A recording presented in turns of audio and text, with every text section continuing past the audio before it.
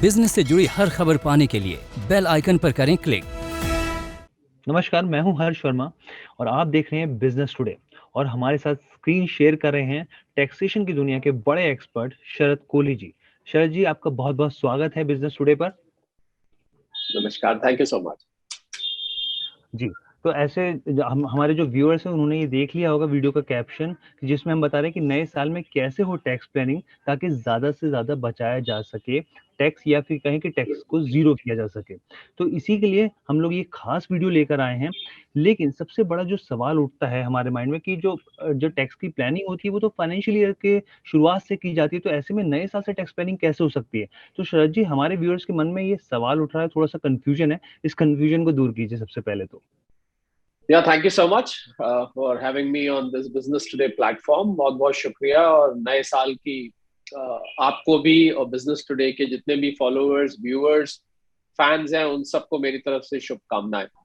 देखिए, वैसे आपने बिल्कुल ठीक कहा। नया साल जो टैक्स पॉइंट ऑफ व्यू से तो शुरू होता है 1 अप्रैल को, क्योंकि वित्तीय वर्ष, फाइनेंशियल ईयर, फिस्कल ईयर, जो मर्जी आप कहें उसको, 1 अप्रैल से होता है। पर ये जो नया साल कैलेंडर का होता है, ये भी बहुत रेलेवेंट होता है टैक्स पेयर्स के लिए, बहुत इंपॉर्टेंट होता है।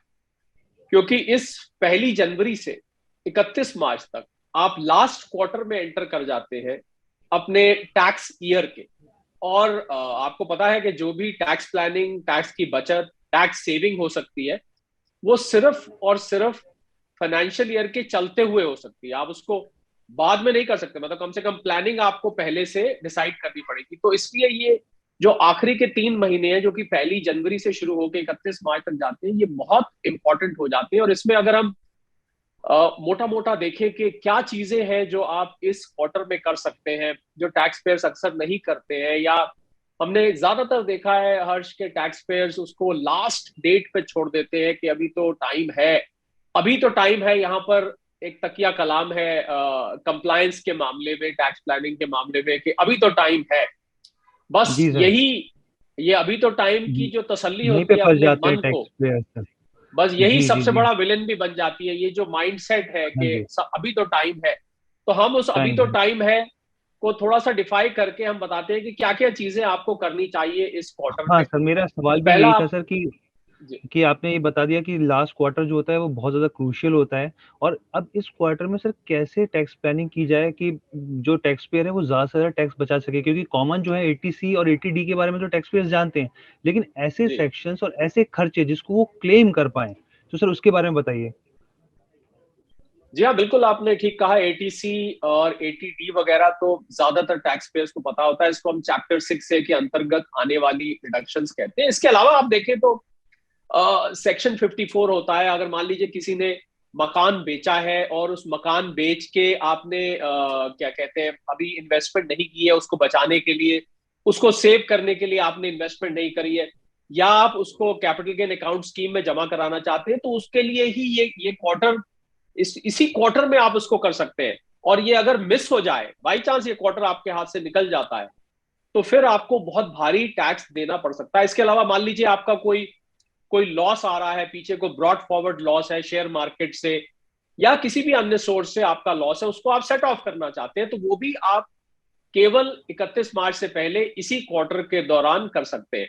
इसके अलावा हम और देखें हर्ष, तो बहुत सारी और भी डिडक्शंस होती हैं जो कि लोग लेना चूक जाते हैं। उसके बारे में हम आगे बात करेंगे।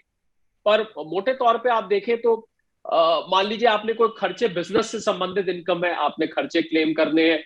आपकी हाउस प्रॉपर्टी इनकम है, उसमें आपने मान लीजिए अपनी म्यूनिसिपल टैक्सेस वगैरह की बेनिफिट लेनी है, या आप नौकरी करते हैं, अगर आप सैलरी पर है, तो ये बहुत इंपॉर्टेंट पीरियड होता है। और ज्यादातर जो नौकरी वाले हमको सुन रहे हैं और देख रहे हैं, वो इस चीज का उनको एहसास होगा कि उनके एचआर डिपार्टमेंट से उनको एक फॉर्म भर के आ जाता है, आजकल हार्ड फॉर्म में नहीं, डिजिटली आ जाता है। उस फॉर्म में आपको भर के देना होता है कि आप कहाँ कहाँ अपनी इन्वेस्टमेंट्स इस साल फाइनल करना चाहते हैं। जिन लोगों ने पहले के 9 महीने में नहीं करी होती, वो बाद के 3 महीने उनको ये आखिरी अवसर हुँ, मिलता है।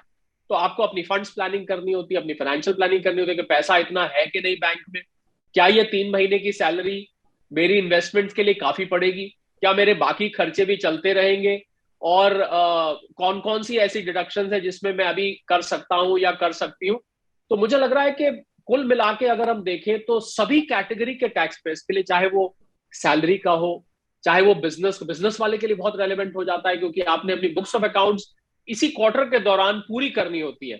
तो जो खर्चे आपने नहीं क्लेम किए हैं, आपने डेप्रिसिएशन लेना है, कुछ और खरीदना है, वो भी आपको इसी समय करना है। हाउस प्रॉपर्टी वाले के लिए रेलेवेंट हो जाता है, कैपिटल गेन वाले के लिए रेलेवेंट हो जाता है, इनकम फ्रॉम अदर सोर्सेज के लिए मान लीजिए आपको अपने टीडीएस इकट्ठे करने हैं, सर्टिफिकेट आपने चेक करना है किसने आपका टीडीएस काटा, तो ये आखिरी क्वार्टर होगा जब टीडीएस होगा। तो ये ओके सर। देखने में लगता है हर्ष के ये कैलेंडर ईयर है, ये तो कैलेंडर ईयर है, अभी तो हमारा फाइनेंशियल ईयर। पर अगर आप तजुर्बे से देखें, और जो लोग टैक्सेस बहुत साल से भरते हैं, मुझे लगता है उनको ये क्वार्टर सबसे इंपॉर्टेंट क्वार्टर दिखाई देता है। तो हमारे जो नए टैक्स पेयर्स हैं, जो पुराने टैक्स पेयर्स हैं, हम सभी को आपके इस इंटरेक्शन, इस शो, इस कार्यक्रम के माध्यम से मैं ये बताना चाहूंगा कि इस क्वार्टर को आप हल्के में ना लें। इस क्वार्टर में आपकी जो भी सोर्स ऑफ इनकम है, आप उसको निकाल के देखें कि आपको कहाँ एक्शन लेने की जरूरत है। इसको मैं हर्ष मैं इसको एक्शन क्वार्टर बोलता हूँ। ये एक्शन लेने का क्वार्टर है, और ये एक्शन आपने नहीं लिया तो रिएक्शन मिलेगा आपको, इनकम टैक्स विभाग से रिएक्शन जरूर मिलेगा। बिल्कुल, इनकम टैक्स विभाग से नहीं तो टैक्स के रूप में रिएक्शन आपको मिल जाएगा।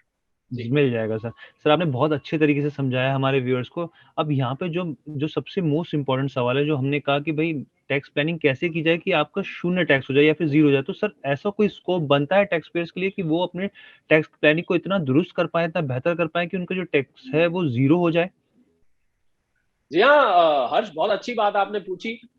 और मैं तो निरंतर इस पे रिसर्च करता रहता हूँ कि किस तरह से ज्यादा इनकम पर आप टैक्स को जीरो कर सकते हैं। एक कैलकुलेशन हमने निकाली थी हर्ष, जिसमें 15 लाख रुपए तक अगर आपकी इनकम है, अब सुन के बड़ी हैरानी होती है क्योंकि 2.5 लाख रुपए तो आपकी बेसिक एग्जाम्पशन लिमिट है, तो लोग सोचते हैं कि भाई 2.5 लाख से ऊपर तो जी, तो 2.5 लाख से ऊपर तो टैक्स लगना शुरू हो जाता है। भला 15 लाख तक कैसे हम इसको खींच के ले जा सकते हैं कि आपका जी कि जीरो टैक्स हो जाए। तो हमने एक उदाहरण लिया था कि मान लीजिए 10 लाख रुपए किसी की सैलरी इनकम है, 3 लाख रुपए की उसकी हाउस प्रॉपर्टी इनकम, मतलब उसको रेंटल वगैरह आता है, और 2 लाख रुपए का उसको मान लीजिए इंटरेस्ट आता है बैंक से, सेविंग्स, फिक्स डिपॉजिट से, सेविंग अकाउंट से, सब मिला के, और ये 15 लाख हो गया।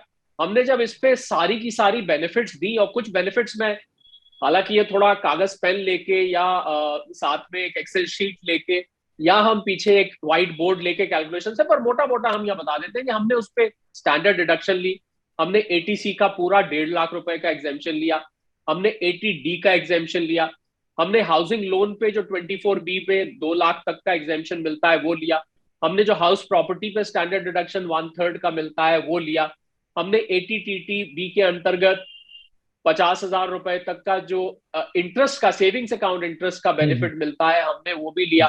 और हमने एक ये भी अज्यूम किया कि ये टैक्स पे शायद कोई इलेक्ट्रिक व्हीकल, आजकल बहुत पॉपुलर हो रहे इलेक्ट्रिक व्हीकल चलाता होगा, तो एटीईईबी के अंतर्गत उसने जो 1.5 लाख तक की डिडक्शन मिलती है वो लिया। एजुकेशन लोन हो सकता है इसने अपने बच्चों के लिए ले रखा हो, उसमें इंटरेस्ट की कोई लिमिट ही नहीं है। जब हमने ये सारी डिडक्शंस उस 15 लाख रुपए में से निकाली, हर्ष मैं नंबर्स में नहीं जा रहा हूं क्योंकि जो हमें इस टाइम देख रहे हैं, सुन रहे हैं, अगर उनके हाथ में कागज पेन नहीं होगा तो पता नहीं नोट कर पाए नहीं कर पाए, मैंने नाम बता दिए।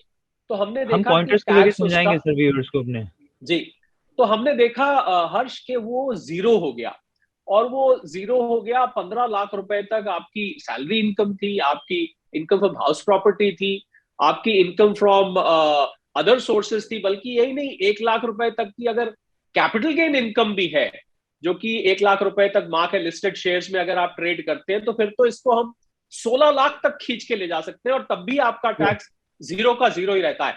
तो कुल मिला के अगर बात की जाए, हाँ कुल मिला के हर्ष बात की जाए तो ये है कि अगर आप ठीक तरह से इनकम टैक्स की डिडक्शंस और एग्जेम्पशंस जो दी हुई हैं, लीगलाइज तरीके से टैक्स प्लानिंग से अगर आप बचाते हैं, तो वाकई में आप टैक्स को जीरो या उसके आसपास लेकर आ सकते हैं। जी लेकर आ सकते। सर आपने बहुत अच्छे से हमारे व्यूअर्स को समझा, और मैं उम्मीद करता हूं कि उनके मन में कोई भी कंफ्यूजन नहीं रह गई होगी, क्योंकि 16 लाख तक अगर टैक्स आप अपनी बचत कर सकते हैं तो ये अपने आप में बहुत बड़ी बात है। तो हमारे तमाम सवालों के जवाब देने के लिए सर बहुत बहुत धन्यवाद। और हम अपने व्यूअर्स को साथ साथ ये भी कहना चाहते हैं कि अगर आपको कहीं पे भी कोई कंफ्यूजन हो, आप वीडियो पे कमेंट कर सकते हैं, और साथ ही आप ज़्यादा से ज़्यादा इस वीडियो को शेयर कीजिए, लाइक कीजिए, सब्सक्राइब कीजिए। बहुत-बहुत धन्यवाद। वीडियो पसंद आया तो हमें लाइक, कमेंट, शेयर और सब्सक्राइब जरूर करें।